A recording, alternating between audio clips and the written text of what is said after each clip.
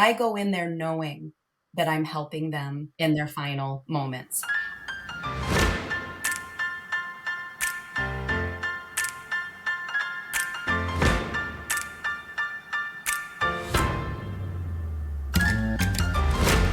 Hey, Michelle. Hey, Carling. How are you? I'm okay. How are you? You always just say, okay, one of these days I'm going to get great, like Tony the Tiger out of you. One of these days. I don't know when that day will. I would say I'm okay is like the best you could get from me for, Given the I circumstances. don't know, maybe until all my kids are grown up. Yeah, no, I'm okay. I am like a little bit buzzy right now. I took my ADHD medication. I only had one pill left and I was like saving it for today because I have so much that I have to do. So I took it and then I was like, I kind of warned my kids and I was like, all right, we got to get stuff done because we have people coming over for a barbecue. I still have to go grocery shopping. I still have to like shower. Very jam-packed day, but it'll be good. Yeah, it's going to be great. It's great. There you go. Is Tony the Tiger only Canadian? Is he American? No, he is American because I was watching a show and they were like doing the impression. Yeah, it's American. Oh, too. okay. Oh, how are you? Yeah, really good. I still love my new job. Amazing. And I had a colleague that I hadn't met yet. I was walking down the hallway and she was like, "Are you Carling?" And I was like, "Yes." And she was like, "Oh my God, one of my like really good friends," she called her a sister wife, "is a huge fan of your podcast." And I was like, OMG. I know. I was like, what? And so Kathy, who's she's a patron and she likes all of our stuff. She's just the cutest ever. Yeah, so I guess they're really good friends because I mentioned that I work where I work. And Kathy was like, Right. oh, like this podcast that I listen to, one of the hosts just started at the zoo. And yeah, so anyway, they talked about it. That is so funny. I think it would have been even funnier if she asked you if you were Carling and you just said no and kept walking. Like, ew, no, and then just keep going. God. I feel like when I start a new job or meet new people, I don't know if, when, how I should bring up that I have a podcast. Yeah. Because I don't want to not bring it up because I'm not embarrassed or ashamed, but like also I don't like to brag and I'm not good at talking about myself. And also like once you put it out there, like they can go back and listen to everything that we've ever said. That's a little bit scary. I know. I run through in my head. I'm like, oh my God, what have I said? We're just loose cannons out on this intro. Unscripted. Yeah. Unfiltered. Like literally. And so yeah, who knows? Maybe she's listening right now. I don't know. OMG. Hello. That's exciting. Yeah. We also had a fun little reunion a couple days ago. Oh my God. I'm so happy that we did it. I know. It was the best. It was like such a good thing for our souls. Our friends Liza and Steven from high school, my fair lady, who now live in California, were in town and we met up and it was the best time. Yeah, Liza's been like a huge supporter of our podcast and she shares it with people and talks about it and she's on our Patreon and I just don't know what we've done to deserve such love. And they have the coolest life. I'm like, yeah, I just want to go hang out with them. And yeah, it's just the next time we see them, we're going to them for sure. Oh yeah, they live in California. Steven works in film and movies and has like celebrity encounters. I know. I'm dying over that.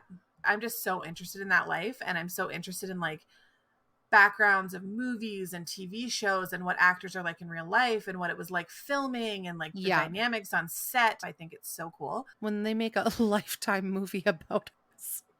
Yeah. We'll have those chairs and we'll be able to sit there on set. And... Who would be the actor that played you? Oh man. Like maybe Kristen Stewart. Yeah. I could see the actress. What's her name now? She has a podcast, True Crime and Cocktails. Ashley. Oh, yes. From Superstore. Lauren Ash. Yeah. I just feel like you guys have the same mannerisms, same like comedies. How cool would that be? The only celebrity I've ever been compared to, and I think it's because of the red hair, is Donna from That 70s Show. Yeah, but she's a Scientologist. Are we going to stay behind that? No. Who knows who celebrities are going to be by the time they make this Lifetime movie? It's not happening this week. True. We have time. Yeah. Okay, if any of us, our listeners who know our looks and personality, have an actor that they can suggest would play us, we should put that on our Instagram stories. Yeah. I feel like my dream job is to be a Teamster. I think I've talked about this before, where you drive around celebrities like on movie sets and on television sets. Yeah. I want to be a Teamster. Like that, I want that job. Yeah. One day. Maybe. I feel like I need to be more relevant because I didn't know who Kim Kardashian's now ex-boyfriend is.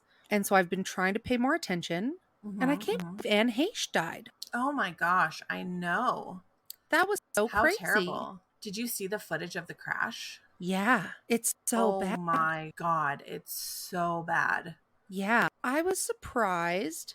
No, I don't even know why I'm surprised.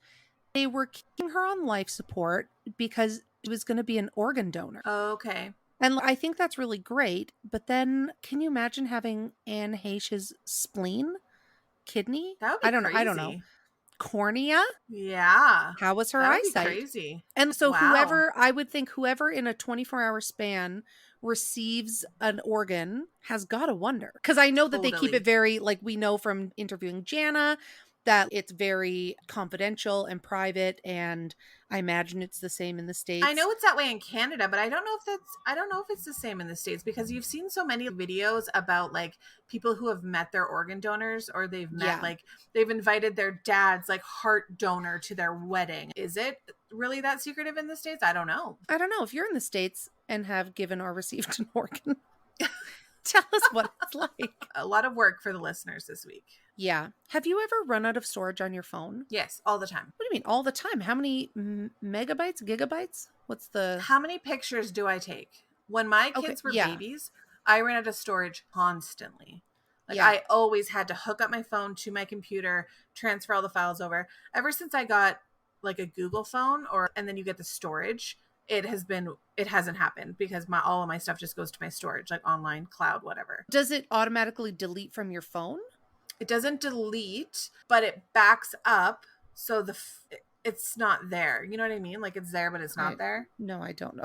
Like if you click on it, it's not coming from your phone storage, it's coming from cloud storage. Oh, I'm nervous about the cloud, partly because I'm secretly 90. So I just like, where is it? Are you also nervous about bank machines? Because my phone just told me that I couldn't do anymore because I used up too much. And I had I don't know, like 6,000 photos, videos, whatever. So then I started going through and I was like, okay, like I'll clean it up. Yeah. And there is an iPhone update coming where it'll delete duplicates. So if you take like 3 pictures in a row, it'll actually delete 2 of them. Yeah, that's nice. Yeah. But there was a time when you used to post to Instagram, you would upload a picture, post it, and then it would save as a new picture, just a square version. So I have all of those. Yeah. And then I don't know how many boomerangs I feel my life needs, but I've got a boomerang of literally everything. Yeah.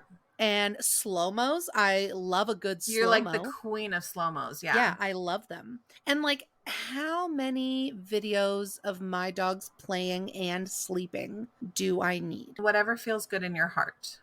Because I have a lot of Tony and he's died now. Oh, yeah. And so I don't want to get rid of them. No. But like, I know for a while Android had like unlimited storage and then they started charging for it. So does Apple have anything like that where you can buy more storage? Yeah, I think so. Yeah. Not on your device though. Like it's all out there. Theoretical cloud. And it's so funny because like I literally the other day was going through pictures of us for that TikTok trend, and the amount of physical pictures I have is ridiculous. Yeah. From back like forever.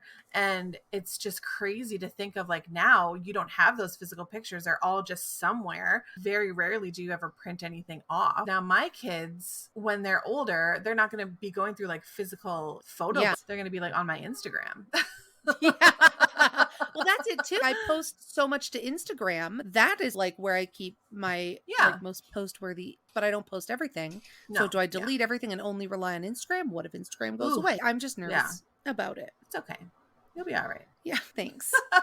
Can I tell you a really quick fun story about my work? So I work at a zoo and I am learning the job. I do events, sales. And so I was shadowing, giving a site tour with these 3 ladies for a Christmas party. And as we approached this one building, this giant peacock was just blocking the doorway. Oh yeah. I saw your video of that. Yeah. And they're feisty. They're feisty and confident. They're not scared of people because they grew up in the zoo. I mean, look at their feathers. Of course they're confident. They're fabulous. One of the ladies was terrified of birds. Oh, and no. she was like, okay, I'm really scared of birds. And we were like, oh, okay, and so we're trying to like shoo. I was like, what's protocol here? Because at the zoo, peacocks just wander around. Yeah. And so we had to encourage him to leave the space so this lady could get into the building. It was so funny. Maybe he just wanted a sight tour. Did you ever think of that? I know. I did hear on the radio they had to call animal care because one of the peacocks got into one of the buildings. Oh, no. They couldn't get him out. The like funny things that will happen at this new job that like you've never experienced before. Yeah, like how is this real life? How is this my like job? Penguin crossing or something like that. It's like, everybody stop, there's penguins. Yeah. No, that's so cool. It's so fun. It's like the perfect job for you. It's like events and animals. Like how... Like, honestly. And everybody is so nice. I'm so excited to go to work tomorrow. I love that. Thank you. And I'm not just saying that because people that I work with might be listening. We'll trash talk them on the Patreon. Yeah, that's a good segue. I was going to say, let's get down to business. We have a Patreon. We do. So why would somebody join our Patreon, Michelle? If they cannot get enough of us and they want to pay us. Yeah, that's a long and short of it. That's the bottom line. If you support the work that we do, if you want to financially help us keep doing what we're doing and improve our equipment, and I'm currently saving up with our money to get some of those like sound foamies. Yep. Because I'm currently just sitting here with pillows surrounding me. Yes. So like it supports the work that we do. It puts gas in Michelle's car because she drives forever for work, groceries on the table. And we're not just like, give us money. We give you. No, we're giving you stuff. Bonus content that you're never going to hear on the main feed. Yep. And we have 3 levels to choose from. So if you're like, I don't know what I can commit to, for as little as $5 a month, you get instant access to over 63 bonus episodes. That's amazing. That's so much content. It's the end of the summer. If you need to tune your kids and family out, join the Patreon, plug in this podcast, and just get to binging. Yeah, get to binging. Maybe I do want to mention that for our Canadian listeners or our international listeners, pricing on Patreon is in US dollars. It's not something that we can really get around. So if it does look differently when you go to sign up, that's because it's converting to your currency, because the way we set our prices, it has to be in US dollars. Yeah, it's a US company. So yeah, there you go. And then we also have merch. We do. Some of our listeners have already gotten their merch. It looks fast. Yeah, and it looks so good. I love it. I'm so excited for everybody to get their stuff. Yeah. So if any of this sounds remotely interesting and you're still listening, go on our website, which is ididnotsignup.ca. On our Instagram, we have a link to all of these things. Or just and if you become a Patreon on our higher levels, you do get discounts off our merch. Ooh, yeah, that's right. Okay. Oh God, we need to do a trigger warning for this episode. Ooh, I think we needed to do a trigger warning for the interview. My goodness. That was a lot. When I booked Maria, she is a death doula. She deals with grieving people. It did not occur to me that you and I would cry. So we have a real raw and honest conversation about our experiences with death and grief. It was a journey. I'm excited to re-listen to it because I literally don't even I feel like it was an outer body experience talking to her. I don't remember half of what we talked about, but I remember crying and laughing and being really angry and like all the things. You were fired up. I was pretty fired up. You said outer body. Outer body experience. No, it's an out of body. It's not outer body. Is this a poll that we're going to have to put up? I thought your outer body experience. Like maybe if you're from the backwoods. You're calling me a hillbilly? What are you talking about? Yeah, like outer body is like your skin. But an out of body, it's like you are removed from your body watching this experience. But being outer. Like there's inner and outer. Uh-huh. Inner inside your body, outer body would still be your body, but on the outside. Maybe I had a skin experience. Did you ever think of that? Yeah, fair, valid. Okay. You had an outer body experience. I had an out of body experience. There we go. Oh my God. Okay. That's, So make sure you have tissues. Make sure you're in the right headspace to listen. If you're dealing with loss and grief, just take care of yourself I mean, and this reach is a out to Maria. very, very candid talk about death. Yeah. So buckle up. Buckle up. All right. Let's get Click. into it. Okay. Okay. Bye. Bye.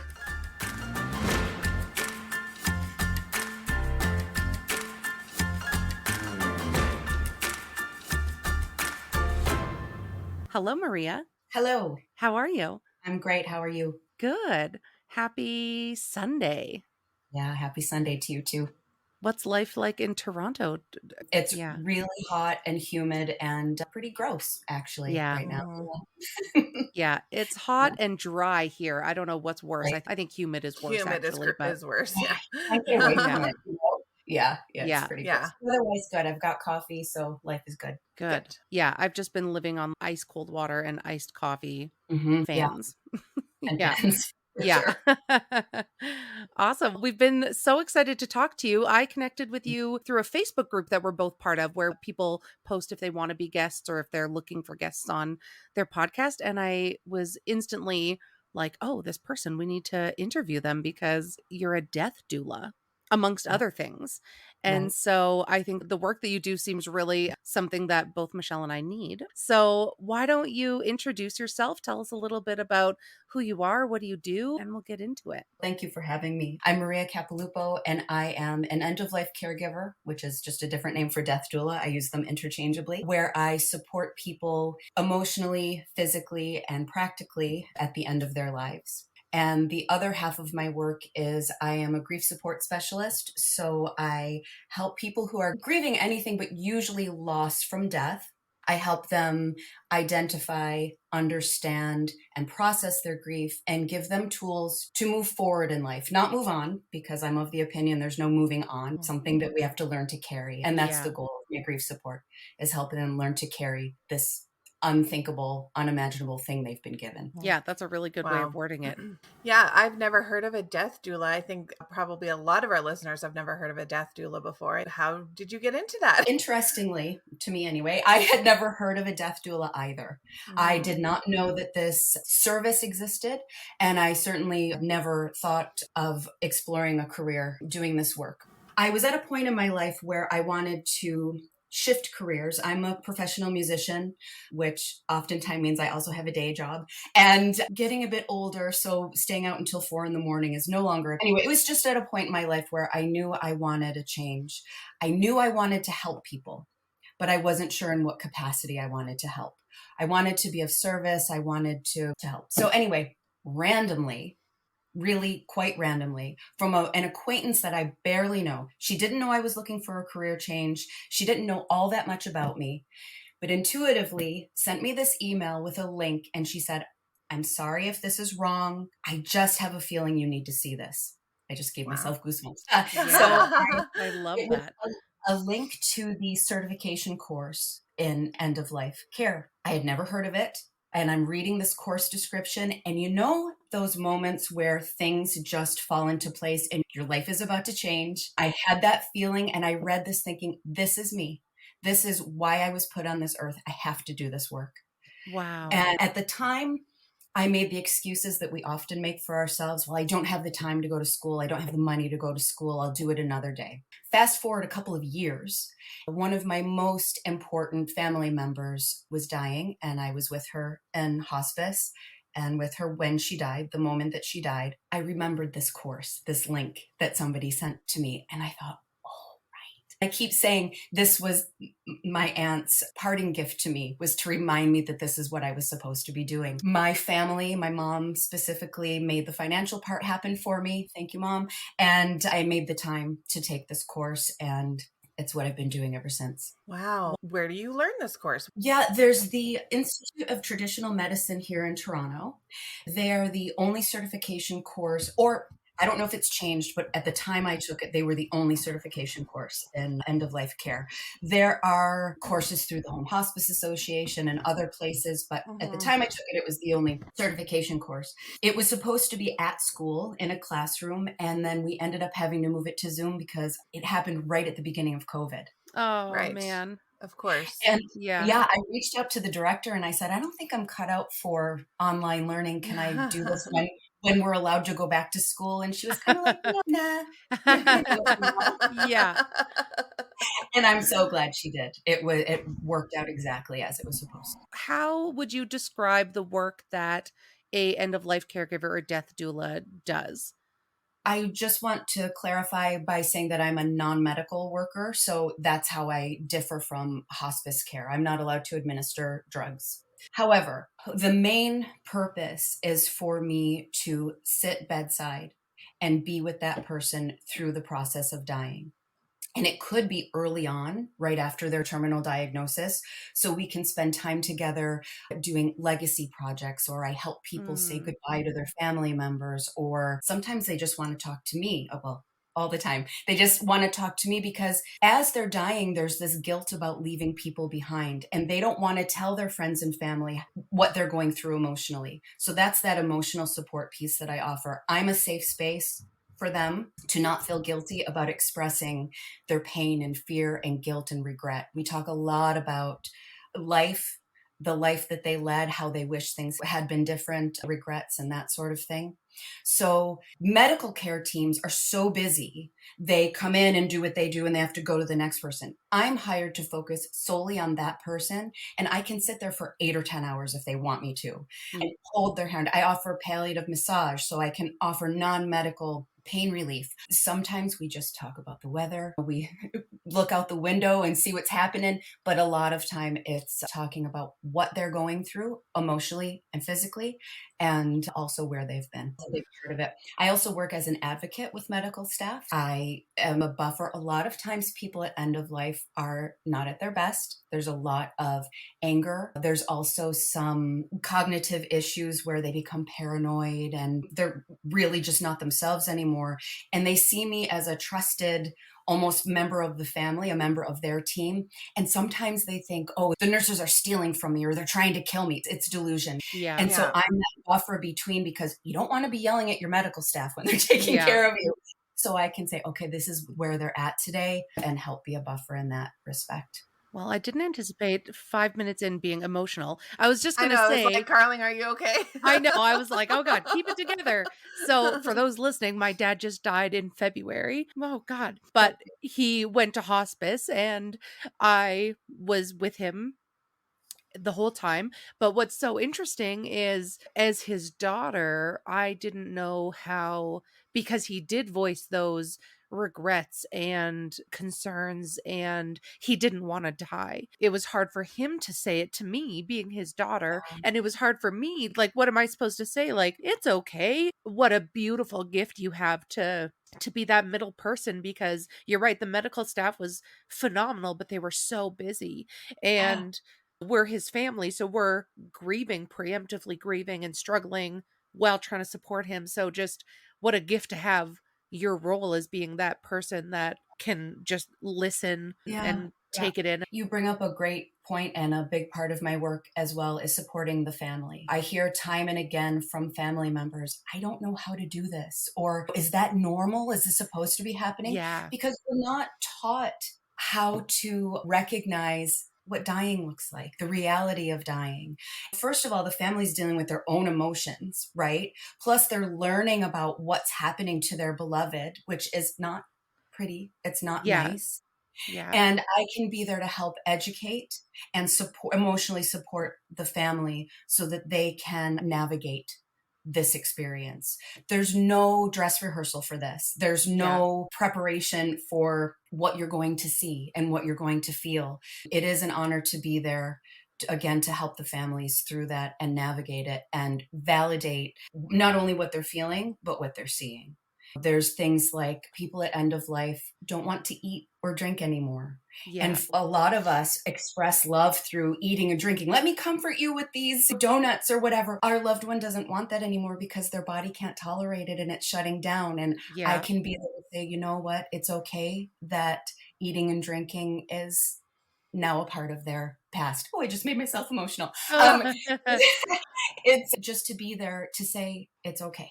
I think that is something that was missing, like, from my experience, was that it was medical staff explaining their job is to manage pain and manage symptoms, and I think they did a good job, and there was a social worker, but she wasn't there all the time, and so we didn't, because he did stop eating quite early on, and then he stopped drinking, Yeah. and you had mentioned something earlier about, like, he had gotten something called, like, palliative dementia, I think they called it, Yes. where it was Yes. literally like your body's shutting down, so your toxins that your body's no longer filtering properly are flooding your brain, and so he was aggressive at times and he wasn't making sense, and it was like me and his wife there trying to understand what was happening. It was really hard to wrap my head around, like, why he was being like that when everybody Yeah. was just trying to help him, but there wasn't enough medical staff to sit us down and say, "Here's what's happening," and have that, I don't know, maybe softer touch of explaining it? Yes. Yeah, less clinical approach to it. In the same vein as birthing, dying, they've both become so clinical. Yeah. And I know in the past few decades, birth doulas have become more and more prevalent, midwives, to soften the edges around that clinical way of bringing a new life into the world. And Yeah. that's what we as death doulas are trying to do with the other side of life, with the dying processes, to make it less clinical. That has its place. We need medical staff, obviously, no question about that. But there needs to be a more compassionate approach when dealing with the grand finale of our lives. Yeah. And anytime you do a job long enough, it does become a robotic, this is what it is. And you do have a hard time remembering, oh, there's so much more, and the medical staff doesn't have the time to do that. I have so many thoughts, I can't even gather them, but one of them has to do with religious trauma. The other one has to do with when it comes to who's contacting you for the family. Is it the person, more commonly, is it the person that has just received this news? Is it the family that is trying to have somebody there for the person who's dying? Do you find it's hard to, maybe if the family has contacted you, do you find it hard to gain their trust, the person who's passing? Sorry, I'm like emotional and my brain's going everywhere. So Sorry, I get it. Listen, this is what I do. I understand where your brains are right now. I actually watch them both explode simultaneously. So take your time. Say what you need to say, ask what you need to ask. That's why I'm here. In answer to that question, it varies. In my experience, I have been contacted primarily by family members. I have received some referrals from actually the director of the school where I went. She would refer me to people that she thought I'd be a good fit with, and she was right. I've made amazing connections that way. She's intuitive that way. And also healthcare providers that I know have also referred me, and so will contact me to be in touch. But it's usually family members. Do you ever face pushback between family members? Like, I would imagine Michelle's point about the religious piece, like, who is this person coming in? There's a lot of emotions when you're in this situation.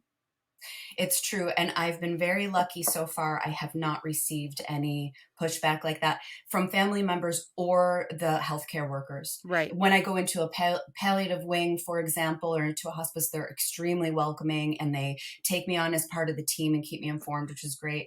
Family is usually just relieved to have somebody there to help them navigate. The pushback I have received has been from the dying themselves. So Really? family members will call me in. And I think of actually my very first dying client. It was arranged by a family member. And every time I would call him, he would hang up on me. And he finally said, I don't have any interest in talking to you. I'm going to be fine. He had 6 weeks. And he Right. was yeah. declining rapidly, and we knew he wasn't going to be fine. So I called him and I said, we're not going to talk about what you're going through, but I heard that you love coffee and I heard that you love rock music. And those are two of my greatest passions. So could we just talk about that maybe? Yeah. Aw. So we did. We bonded over coffee and Pink Floyd, and he developed some trust in me, found out that I was just a regular human. I was not the Grim Reaper coming to take him away. Even that name, Death Doula, that can Yeah. sound so Yeah. sneaky to Yeah, people. yeah. Which is sort of why I've softened it with end of life caregiver. Yeah. I needed to earn his trust. We needed to build that together. And I'm happy to say that we did. But yeah, I can think of a couple others. There's been a bit of pushback. They don't want to talk about it. They don't want No, to I face their mean, own mortality. there's got to be an enormous amount of denial, and actually giving in and Absolutely. saying, yes, this is what is happening to me and I need help is huge. Like, how do you wrap your head around that? Yeah, I can it's see really my hard. dad would have been the asshole that's Oh, like, yeah. "Oh, no, like, I don't need this." But then I can see myself, like, how do I get on a waiting list in case I become terminal to see you? Like, I can see because I have a hard time voicing my concerns or whatever with family Advocating and for yourself. Yeah. advocating for myself. But professionals, I can open up to my therapist. I'm like a lock and key to anybody that I'm close with. Yeah. So I can Yeah. see Yeah. how nice that would be to have that trusted person. I can see your dad being very against it and Yeah. being an asshole about it, but then becoming like your But best also trying to friend. flirt with you. Yeah. Right. Oh, yeah. Trying to flirt with you and becoming your best friend and just talking your ear off about everything. Yeah. I wish I And had. how do you like with birth, it could be very long time, but with birth, there's like this maximum length that it'll go. But with palliative care, you like to your point, 6 weeks. What does that look like for how do you only take one client at a time? And then how do you manage your work life balance? Is there a work life balance in the business of dying? That's a great question. And part of the reason I love it is because anytime I'm asked, it's a reminder to me to maintain that balance. It's Yes. really hard. My personality type, first of all, is to jump in and be there and give my all and completely forget about me. Mhm. The truth is, we have to put on our own oxygen mask before we help the person next to us. That old saying is Yeah. absolutely true. So I have to make sure that I take care of myself. I don't overextend myself, even though I want to, so that Yeah. I can best care for them. Some people hire me for a specific amount of time, whether they've passed or not. Maybe our time together is done. I will help with paperwork and arranging funerals, and I teach people about aftercare. So the different options for cremation, burial, aquamation, all those things. So we can talk My about that. God, what is aquamation? It's I was fascinating, like, and it Carling is would the be wave so of the down for that. future. It's the most environmentally friendly form of aftercare. Do you want me to tell you? Yeah, I do. Sometimes Yeah. people don't want the details, but the body is placed into a great big tank. Water pressure literally dissolves the body. Wow. You're left with buckets of water, and people will do things like take the water to a flower farm or a greenhouse or a garden or whatever in honor of that person who has died. Okay, they've fed the trees, or they're still part of that life cycle. Oh, I And love there's a that. yeah, there's a little bit of sand left behind, little mineral grains left behind that family members will take and put into jewelry or keep, in a jar or scatter as they would with ashes. And it is, as I said, the most environmentally friendly form of aftercare. That's Wow. insane. It is Okay. actually. I need Yeah. to, I need I need to get to my religious trauma because this is all Okay. kind of encompassing because I was raised Catholic. I'm not practicing Catholic anymore. You get taught about the last rites, the sacrament of the last rites. The way that it is presented is that it's this beautiful thing, and I'm sure it is, but we're never taught how painful and how hard it is to watch somebody die and to watch somebody receive those last rites. It honestly makes me mad that we're not taught that, and not just in the Catholic religion, but anywhere. Nobody's taught what it looks like and what happens. And when you have somebody who is in your life and who's dying and you want to be there for them, how do you prepare yourself? How do you prepare yourself for the inevitable trauma that you're going to have to deal with, and the work that you're going to have to do for yourself later, but be there presently for that person who's dying? I'm just Yeah, it's got to be. I find it interesting because I did not grow up religious, and listening to, I don't know, I'm of two thoughts. When with religion, I think there's some sort of peace that comes with Mhm. your belief in something that happens after. Yeah. Whereas for me, I would say I'm agnostic at best. I am hopeful that there is something more beautiful happening, whether it's pearly gates and all of this, I don't know.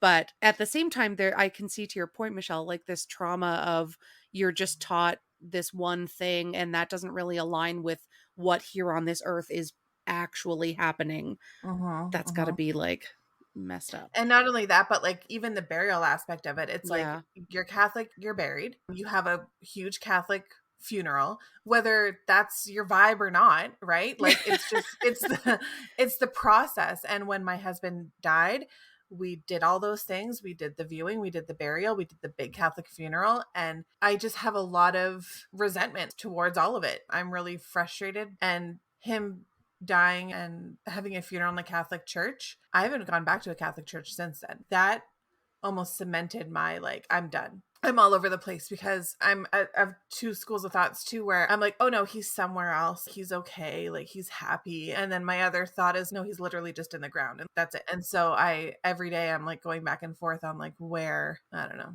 I didn't think that this was gonna break me like it has. We're both just like blubbering messes over here. I did not expect this today. Maria, is this where your work as grief support really comes in? Yeah, And so it is. what does that line And of should we work? be paying you? Yeah. I will be sending a bill upon completion. But yes, this is the foundation of my grief support work, is sifting through the trauma. That's something no one tells you about. Even grievers amongst themselves, nobody talks about the trauma.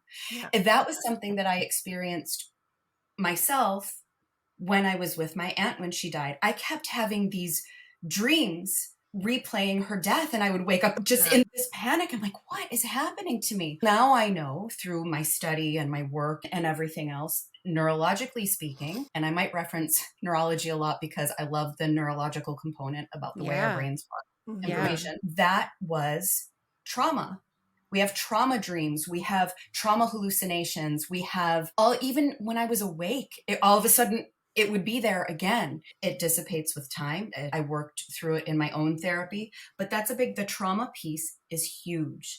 We are taught in North America that people can have a beautiful death, and that, like you said earlier, it's just, they slowly drift away and the nurse says, oh yes, he's gone now. And then the heavens open and they fly up to their cloud and it's beautiful. It's not beautiful.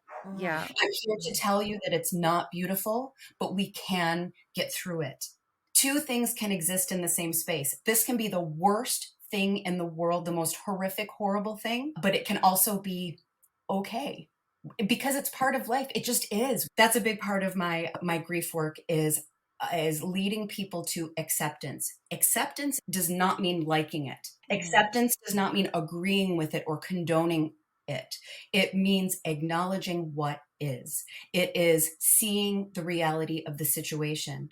And once you can find acceptance, and my line over and over again to my grief clients is, you don't have to like it, but you do have to accept it. Once you accept it, you find a way to move with it. You find a way to carry it with you. There's no getting over it. There's no fixing it. Goodness gracious, don't push it down because it's going to manifest in other ways that are far worse than actually grieving. You have to sit in the fire. You have to sit in your pain and grief and feel it in order to heal it. I did not mean to rhyme, but I did. That's the truth of the matter. It just is. Acceptance, feel it, acknowledge the trauma, and there are tools available that you can learn and practice to continue to live your life. We are still alive. And we effing hate that our people aren't with us. Yeah. It stinks. You can't sugarcoat it, but we are alive and we are meant to participate in the experience of living. And there's ways to do that while grieving. Grievers often feel like they're not allowed to enjoy things or be happy. And I often say, grief in time will end up being like that program running on your computer. The window for that program isn't open, but it's running in the background, right? Your grief is always there. You are always grieving, but it's okay. Again, two things can exist in the same space. It's okay to feel joy. It's okay to experience life, the good and the bad, and still grieve. And that's another thing that's important for the people who are around grievers to understand, is they might be laughing and seeming to have the time of their life, but don't for a minute think that they're over it. They're never over it. That grief is still running in the background. It affects every single thing they do. And it is an act of complete bravery to allow yourself to feel joy while Yeah. you're grieving. Yeah. One of the things you touched on that I still not there ready to acknowledge it for what it is, but the trauma, my therapist, we were talking about being in the room with my dad when he died. And my therapist was like, well, that's a trauma. And my brain just, it's not ready to, I don't know, I guess dissect what that means for me.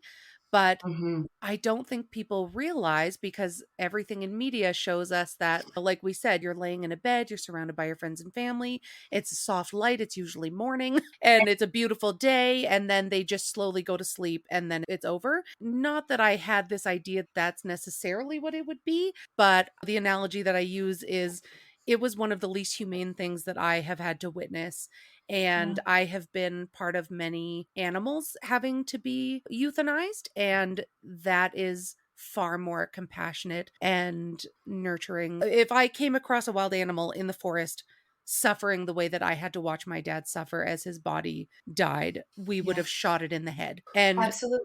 there was a point where it was me and his wife and my partner in the room, and they called us. They said, it's going to be any time now, and all this stuff. And so I was sort of like, okay, I didn't know what to expect. He was gasping for air every 30 seconds and fighting. At one point, the nurse came in. I rang the bell and I said, is there nothing you can do about this? And I don't know the science behind it felt like his heart was trying to keep him alive, but he was dying. And I wanted them to give him something because in all the animal deaths I've been part of, you wouldn't let an animal go through that. And here we Never. are. All we could do was sit there and the nurse was like, "No, he's got fentanyl. He's got all this stuff. There's nothing we can do." And I just thought, "What bullshit. How are we just watching him?" And it was hours. It was not this sort of minutes long peaceful thing. It was torment, Yeah. and all we could do was sit there and be there for him, but not Yeah. there was no more comforting. It's still I'm so mad about that. Yeah. That is the way that it happens, and you're Yeah. led to believe that once you get the beautiful option of choosing hospice, it's like this privileged beautiful way to go, and it was a Mm-hmm. nightmare. And I know Mm. my dad really advocated for when doctor assisted suicide, I don't know if there's a better term now that we use, but when that became legal, and Yeah. unfortunately by the time he decided to stop treatment, it was too late, and the red tape and everything you have to go through to have that happen would have been weeks if not months, and he had a week before he died. I asked the social worker, I said, like, Mm-hmm. what about this option? And she's like, I'm not allowed to do anything other than give you this pamphlet on it. And yeah, I don't know, I just thought, like, I want to start my own riot on Capitol Hill about this process because I'm so mad about it. And Mm-hmm. Yeah. I don't think people know that's what happens when you die. No. No, people don't know. They also oftentimes don't know. First of all, there are advocacy groups for MAID, medical assistance in dying. So if you do want to channel your Yeah, I rage into do. I do. something, really look into that. It's a huge movement. It is so important. And that we could do a whole other show about that. There's so Yeah. much to say about it, but I'm a huge advocate for it. But another piece that people oftentimes don't realize, and I don't know why they're not told as soon as they're taken into palliative care hospice, is palliative sedation. They can choose when to be sedated basically into a medically induced coma.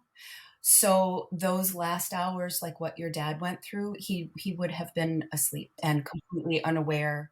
And it's still a terrible process. It's still difficult, but it's usually a bit more peaceful because they're already asleep Right. and they get to choose when that happens. Yeah, that was never Yes. something that was brought up. It was all just about like managing his pain and discomfort. Yeah. But to have somebody like Maria in the room with you to say, this is normal, this is okay, this is the Yeah. process, and to be there. Because I'm sure at some point your focus turns from the person who's dying to the family because the person who's dying is no longer conscious or no longer there. Maybe both, where you're helping the person and the family. But I'm sure at some point it's helping the family now go through this trauma and go through this scenario Yes. and say it's okay, or tell me how you're feeling. I have goosebumps. Ugh. 100%. Yeah. A big goal of mine is to help alleviate some of the fear. We have been taught in North America to fear death, to fear dying, and also to avoid grieving. It's all so toxic. Yeah. So it is scary because none of us have ever died before. We don't know what Yeah. it's like. We don't know where we're going. We don't know what to expect. But I find that with education, I find that with a person who is experienced with this and can offer some calm and some emotional support, it doesn't have to be terrifying. Right. Scary, unpleasant, yeah, but not terrifying and not as traumatic. Yeah. And Michelle, I wanted to go, we got Yeah. sidetracked on your questions, but one, you asked about how to be with someone who is dying when it's not as beautiful as we've been led to believe that it Right. is, and that sort of thing. And my best advice is to simply be there and know that you are there for them. You're going to unpack your stuff later. You're going to deal with your stuff later. Try to find within you the feeling of honor that comes from sitting with your loved one in the final moments of their life. That is actually a gift. It's a gift none of us want, and we'd love to return it, but there's no receipt. Yeah. You have to take it. It's reframing. Yep, this is horrible. Yep, I hate this. I'm going to deal with that later. Sitting with my mom, dad, sister, friend, whomever right now, this is about them. I'm going to hold their hand and continue talking to them. Hearing is the last sense that goes. They can hear you. Wow. They may seem like they're completely out of it and that they're already gone, even though their heart is still working. I've seen it so many times. They can, it's been neurologically proven, they can hear you. So hold their hand, talk to them, tell them what you want to say, and be present, be mindful, be in that moment. Don't think to the future of when you're going to be grieving and when this is going to suck that they're not here. Try not to go there. Be in the moment. Yeah. Wow. Do you? And I'm not trying to say that's easy. It's not easy. Yeah. No. It's the only way. Do you work with different religions, or do you find your clients are primarily not religious? I do work with different religions, and that's a really delicate component. Mm-hmm. It is important for an end of life caregiver not to bring their belief system in the room or to only serve clients within their belief system. Right. Yes. I know death doulas that do one of two things. I choose to be a blank canvas and go in and become whatever they need me to be. If Right. it is something that I am completely, like, vehemently against, of course, I will suggest that they see someone else. But if it is comforting to them to hear that God and the angels are coming to get them, I will respect that, acknowledge it, and tell them that. I find religion to be fascinating, so sometimes it's an opportunity for me to learn. I'll ask the family, okay, tell me what I'm supposed to say. I'll do some reading and some research. I do the best that I can to just simply respect and acknowledge what they need in those moments for comfort. And Michelle, you brought up religion for yourself, and I might regret coming back to it because I was also raised Catholic and I'm no longer. But we're given a lot of expectations that are not true. And I find that in all religions, all my grief clients come to me being force-fed this belief system that doesn't hold up when it needs to be in practice. And it causes a lot of resentment and extra pain, extra grief, because not only are they grieving that person that they lost, but they're also grieving a belief system that's supposed to uphold them at this time. It makes it complicated. That's not in every case. I'm not speaking for every person. For some people, it is the support that they need. But I have a client who came to me because her 3-year-old died. Oh, God. The people in her church community, not Catholic, something else, but the people in her church community were saying God needed another angel. And things like that is not helpful. She is going to church to find comfort in Jesus. But now these people, well-meaning people, are turning her against him because you're trying to tell me that Jesus took my baby away? Yes. Yeah. Yes. Oh my God. Right? So we need to be so careful with our language. Like, maybe that baby is an angel now. Yeah. But that Christian God didn't do that. That But Christian God is that's comforting. as bad as you are. That's comforting to the people who are saying it, not to the person who's living it. 100%. There's a list of things that have been told to me either when I had a miscarriage or after I lost my husband by religious people. It's so the opposite of what I need to hear right now. And it's comforting to you to say it. And in your moment of grief right now, this is what you need to tell yourself, or that you feel like you've told me something and that it's off your chest now or whatever. But it's Mm. not comforting, and it's not what I need to hear, and it's Helpful. not helpful in any way. And going back to the dying, and a lot of religions, your suffering is a good thing. Your suffering brings you closer to God and to Jesus. And the longer you hold out and the more you suffer, the closer you are to God. And if that's not the most crazy. bullshit thing I've ever heard in my life, Yeah. I can't Mhm. even. I can't Mhm. even. It's so frustrating to me that God suffered and Jesus suffered for us. And so if we suffer, we're going to be right up there with him in the Yeah. P lounge. Like,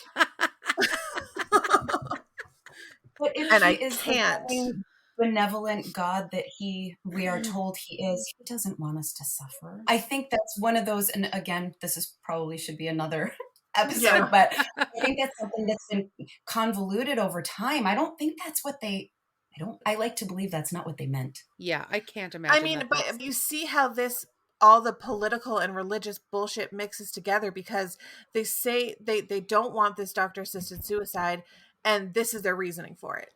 But right. is that truly the right reason? Is that truly what God wanted, was that for us to suffer, and you're going to use that now for your political agenda? I don't think so. And Mhm. whew, Yeah. Yeah. fired up. Yeah. A lot of times, going back to what you mentioned about the things that people say, they do want to comfort themselves and they want to distance themselves from your grief because it Yes. makes them contemplate their own upcoming grief. Like, Yes. I can't deal with your husband being gone because, oh my God, that might mean that it's real that my husband might be gone. They internalize it in a way that they can't even be there for you. And so Yeah. you're making me think that's a movement that should happen not only outside of church, which is where I'm trying to educate and help people be more supportive in grief, but even in the churches themselves, somebody's got to reframe things so Yeah. that people get the support that they need without turning their backs on their religion, because that Yeah, helps some it people want does. that in It there. does. And you know what? I will say that I've experienced other people dying and friends who've lost family members, and I was comforted by my religion. I was comforted by the idea that this person is gone, but they're happier, or I hate saying it now because it sounds stupid, but it is comforting, and I don't want to sound like a total jackass to people who do believe this stuff, but it is so complicated. But you do feel like, I always remember saying, I don't know how people who aren't religious deal with death, because after Mhm. you deal with death, you can pray, you can talk to them, you can picture them in wherever they're going, and that's comforting. But after my husband died, it was almost the complete opposite. Like, anyone who's trying to comfort me that way, I'm mad about, because like you said, they're uncomfortable with their own grief, and they want to say something to me to make me, in their mind, feel better. And they've done their thing. They've done their duty. I've said something to her. I've said, pray, and you just have to keep praying, and you just have to keep praying, because that's comforting to me, but that's not comforting to the person who's lost somebody. Read the That's it. room. That's it. That's absolutely it. Yeah. Yes. The best thing that someone can say is, I'm here. Yeah. Yeah. And don't say, let me know if you need anything, because people in grief, first of all, they don't know what they need, Yeah. and they're not going to ask. They will not reach out and say, you know what, my kids need to be picked up from soccer practice. Can you do that? They're not going to ask. So you know what? Just show up, or call that person and say, listen, I can drop off dinner, walk your dog, or do your laundry. Do you want all three or just one? Yes. Tell them what you I can could do for write them. I Do could it. write an entire book about this, because that is me, myself. I am terrible at asking for help. Terrible. I can And attest to this. yes, and a lot of people in my life say, let me know if you need anything. Let me know. I will not let you know. I won't. Yeah. No, So you won't. for me, it's like somebody texting me saying, I'm at Costco, I'm grabbing you, or not even telling me. Drop off at my door a bag of apples, a gallon of milk, a frozen lasagna, and then walk away. Yeah. That's it. Especially when you're in those early stages of grief. I don't want to see anybody. I don't want to talk to anybody. I don't want to feel like I have to comfort you while I'm suffering. Mhm. Unfortunately, sometimes grief is a really selfish, you have to be selfish in your grief, because you don't have the capacity to help anybody else. And you also don't have the capacity to have somebody in your life who has expectations of you. If they're helping you, Yeah. they expect praise and gratitude and a post on Facebook about it, or you obviously don't care. You have to be able to give yourself and help that person without expecting anything back. That's absolutely right. Yes, absolutely. Perfectly said. Everybody I needs to feel hear very that. angry. No, I think that's so valid though. But honestly, after my husband died, a friend of mine whose husband had passed away 6 weeks before mine showed up at my parents' house with a book, a blanket, just left it and sent me a message. And that was one of the best things I was ever given after my husband died, was this blanket. I could lay with it and I could sleep with it, but that person didn't expect anything from me. Yeah, They there didn't was no expect strings attached. nothing. It was Wonderful. just, and she did that because she was still living She through it, knew. you Yeah, know, she knew. and I don't know. Clearly I'm not. Clearly I'm still grieving. That's okay. You will always grieve. Yeah. You will always love your husband. Therefore, you will always grieve. I picture them, grief and love, walking hand in hand behind Yeah. you. They'll Yeah. always be with you. And it will change shape, and it will sometimes, it's peaks and valleys, right? Yeah. You'll be fine. And 10 years from now, you'll be like, okay, I'm living life. I miss him. Yes, but I'm okay. And then you'll be at the grocery store and suddenly be a puddle on the floor. Yeah. It will do that. And that's all normal.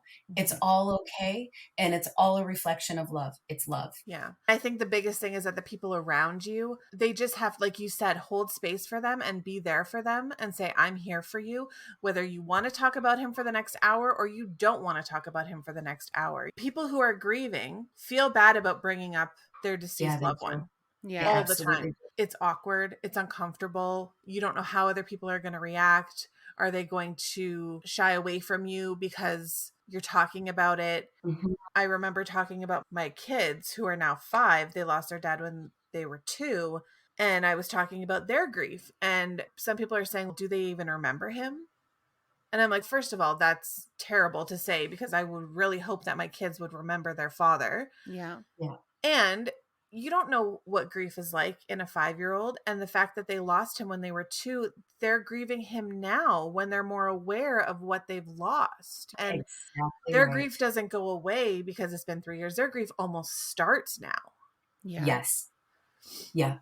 Absolutely true. I have a client who started coming to me because all the people around her kept telling her they were sick of hearing about it. Oh my God. They didn't want to hear about it. Aren't you over that yet? Are we still talking about this? Somebody said that to her. Are we still talking about this? Oh my God. Yeah. Whew. So she started coming to me so that she knew that for an hour a week, she was allowed to talk about it without being judged. We need to give people the freedom to continue to talk about their loved ones, memories of them. It doesn't even have to be about their grief, but it should be allowable as well.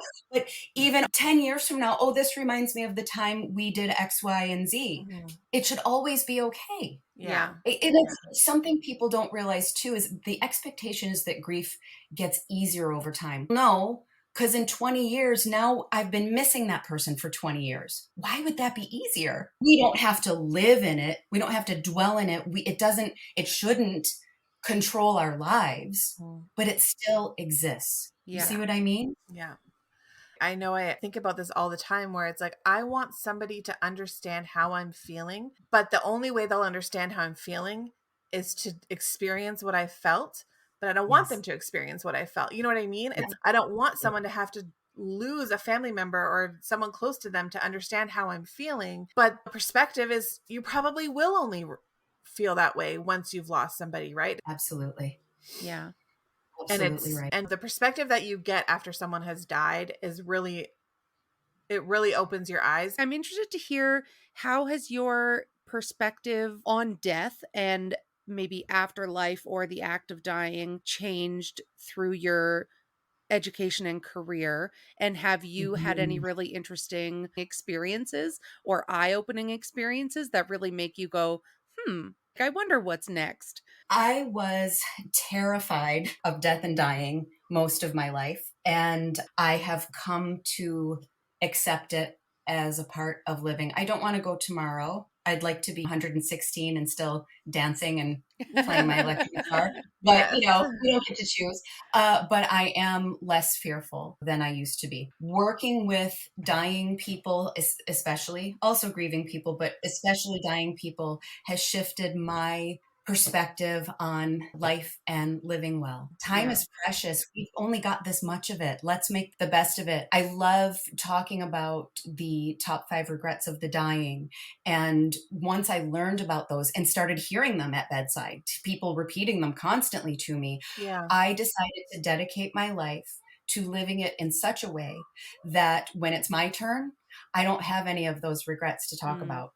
Yes. We all have regrets. That's part of the human condition. Yeah. But I don't want my bedside discussion to be regrets. I want it to be, guys, remember that time Yeah. that I went on? Yeah. I don't want to be on my deathbed regretting wasting time arguing with my partner in the IKEA. Yeah. So perspective has certainly shifted. Yeah, definitely. And am completely uncertain about what happens next. David Bowie said, I don't know where I'm going next, but I know it won't be boring. I choose to believe that's my religion. Yeah. I love that quote. I really don't know. And being with the dying hasn't given me any insight. Oh, I see it now. That's what's going to happen. I have no Right. idea. But it's been enriching to be with people at end of life and hear from them what they think. Talking about death and dying always leads to the most enriching conversations about life and living. It just Yeah. does. So that I'm very grateful for that. An interesting end of life story, maybe interesting to me. I don't know what it means, but a lot of times people will hallucinate at end of life. In some religions, they believe that ancestors are coming really there in the room, coming forward to take these people home. Some people think they're just hallucinations. Who knows? I will refer to them as hallucinations. I was taking care of an end of life patient in the last few days of her life. We were together for about 8 weeks every day. Wow. In the last few days of her life, I walked in the room and she said, "Oh, I don't know why it is, but every time you come in here, I see a great big fluffy cat bouncing around the room." My great big fluffy cat had just died. Oh, wow. Oh, I just And got chills. and she didn't know, like, I don't talk too much about myself. I'm Yeah. there for them. Yeah. She didn't know that I'm an animal lover, a cat owner. She didn't know that my cat had died. She had no information on me really at all, aside that I was there for her. And I said, "Oh, that's interesting. I love cats." She nodded off and then she opened her eyes real big and she said, "It's the one from before the black one." I have a black cat now that I got after my big fluffy gray cat Oh, died. wow. And I said, "Who told you that?" And she said, "Oh, I just know." And then a few minutes later, she said, "You can go home now. My grandpa's here keeping me company. He won't stop talking." Now, this was an 80-year-old woman. Her grandpa had been gone for, Yeah. 75 years. Yeah. Yeah, she didn't need me that day because her grandpa was there and he just kept talking. So Oh my That's gosh. so I thought that was interesting. really, who knows, Yeah. hallucination, glimpse Yeah. through the veil. I have no idea what it Mm. was, but I know that it was heartwarming and I just loved that story. Aw, Wow. I that's love special. that. Same. What is the best way for people to find you and find out about you and follow the work that you do? I can be found at mariacapilupo.com. The last name is spelled Capolupo.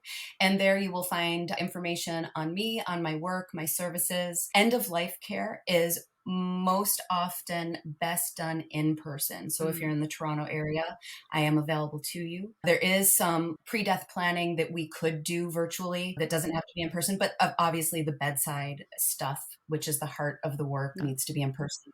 My grief counseling, my grief support work, however, is all virtual. So I have clients that find me from all over the world. I'm super lucky. So as long as you have an internet connection and we can make time zones work, I am available for grief support to anyone. I'm grief and death support on Facebook and living.with.dying on Instagram.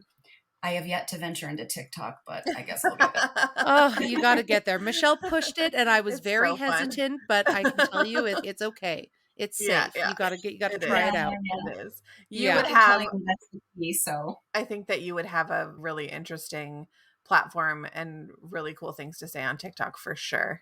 Yeah. oh, thank you. Yeah. I just wanted to ask you quickly for yourself, because I can't imagine it's easy to sit with someone while they're dying. What do you do for yourself, for your own mental health and for your own healing after you lose a client? Great question. I know that outside looking in, it would seem that once I lose my client, I would go through my own grieving period. And there is grief because I get very close to these people and Yes. I can't help but fall in love with them a little bit. I'm protecting them and taking care of them. So I love them. But I go in there knowing that I'm helping them in their final moments.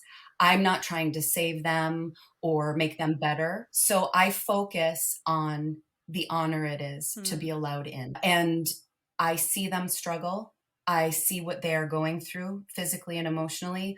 Most of my clients, not all, I've had some young clients. I've had people who don't want to die. They're not ready to go, but I lead them to a place of acceptance, or try to anyway.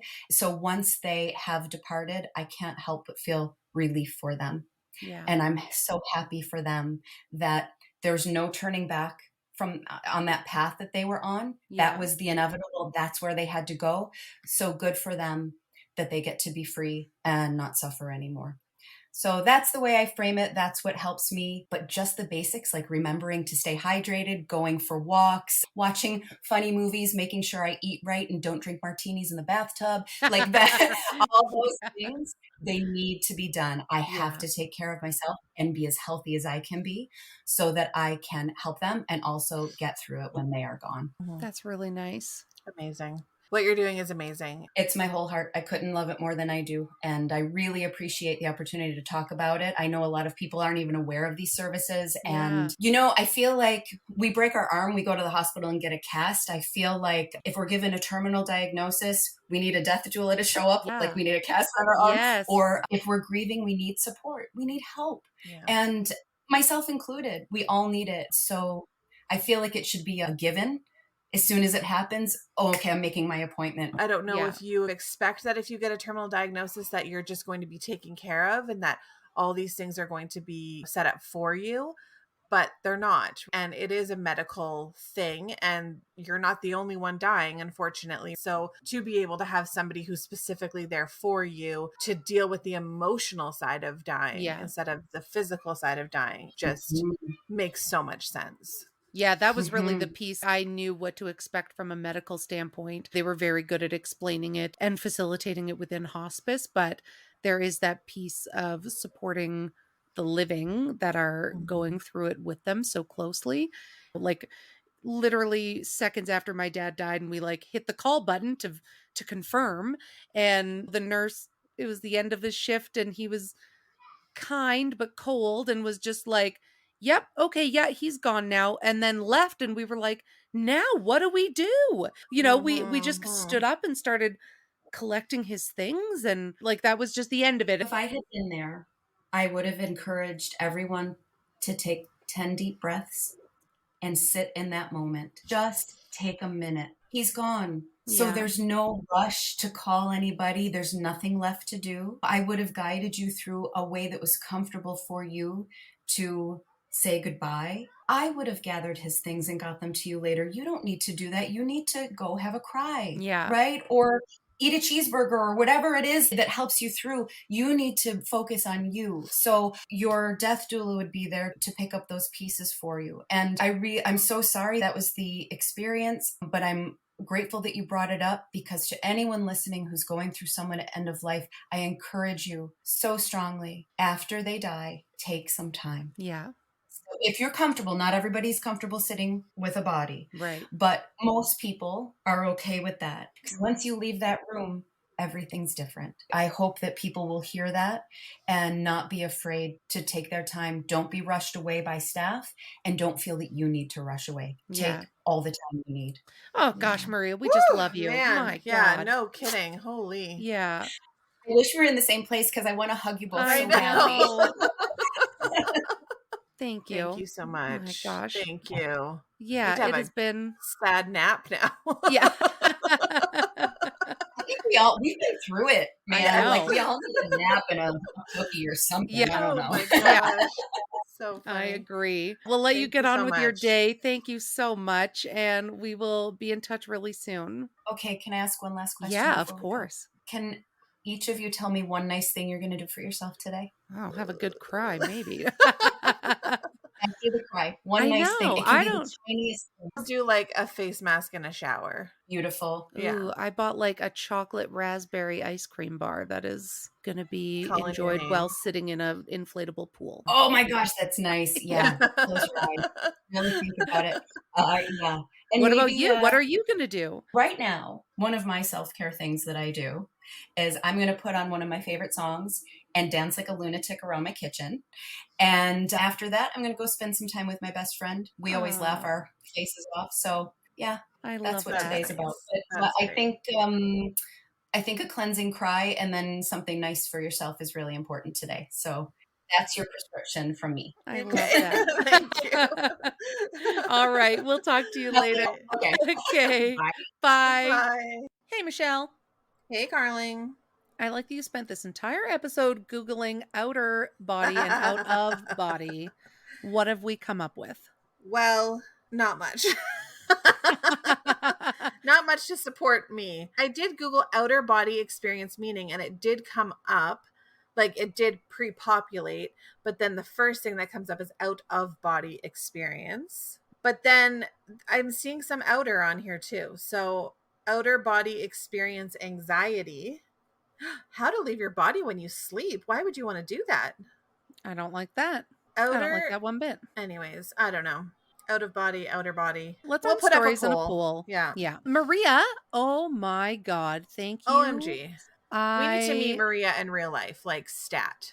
Yeah, like she needs to just come live with both of us for a time to help us heal. Yes, absolutely. And like 100%, if I am given the gift of time before dying, you better believe I'm getting a death doula. Absolutely. Because the other option was me just slowly putting a pillow over your face. Well, could Maria be there? Yeah, sure. She could talk us through it. I'll be like, oh my God, Maria, what are you doing here? This is great. And you're like, shh, shh, shh, shh, shh. It's okay.